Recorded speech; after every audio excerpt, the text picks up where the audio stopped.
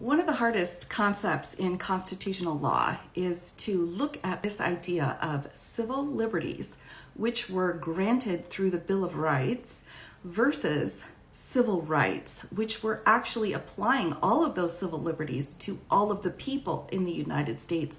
And that came after the Civil War through the 14th Amendment, and specifically at the very end of that first paragraph that says everyone is entitled to equal protection under the law. So those words are what triggered civil rights. Before that, yes, there were liberties set out in the Bill of Rights, but they didn't apply to everyone. When the U.S. Supreme Court takes a case on civil rights, meaning there's a civil liberty in question and we're trying to figure out if it's being applied properly by the government, they will use one of three different levels of scrutiny. Now, each level of scrutiny has been determined through tons and tons of case law for each level and determined by the U.S. Supreme Court over decades. The highest level of scrutiny is what we call strict scrutiny, and the test for that is that the statute must be narrowly tailored to serve a compelling government interest. This is where we've got a fundamental right in question, and typically race is also involved. So race, religion, those kinds of things. Now, in order to meet this burden, the government really has to show that there was this compelling interest, and the court set out a lot of different factors that they look at to make this determination.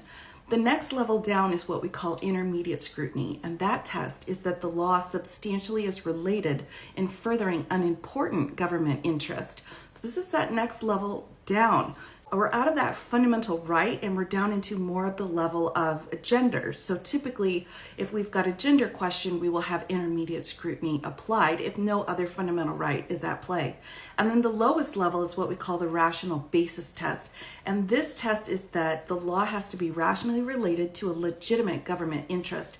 This is a very, very low level. The government almost always wins on these particular kinds of cases.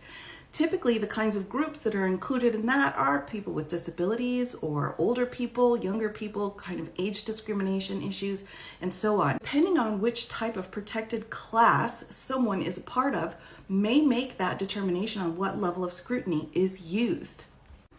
This can be a hard concept to really understand because it doesn't quite seem to track that we have all of these rights within the Bill of Rights, but yet they're not really applied to everyone equally. And it is because of this very reason the U.S. Supreme Court has set out these different standards of scrutiny, because in the end, this is all about people actually having access to the government and to being able to make decisions within the government. Quick refresher on the different levels when it comes to equal protection of the law.